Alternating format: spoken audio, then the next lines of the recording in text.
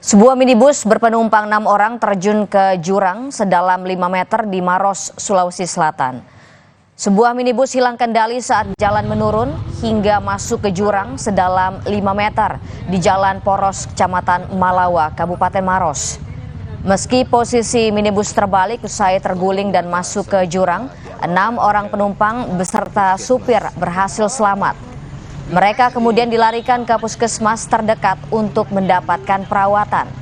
Kecelakaan minibus ini sempat menimbulkan kemacetan lantaran sejumlah pengendara berhenti di pinggir jalan.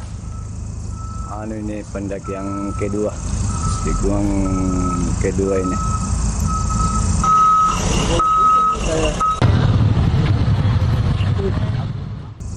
Ini pendaki yang kedua, di gunung kedua ini.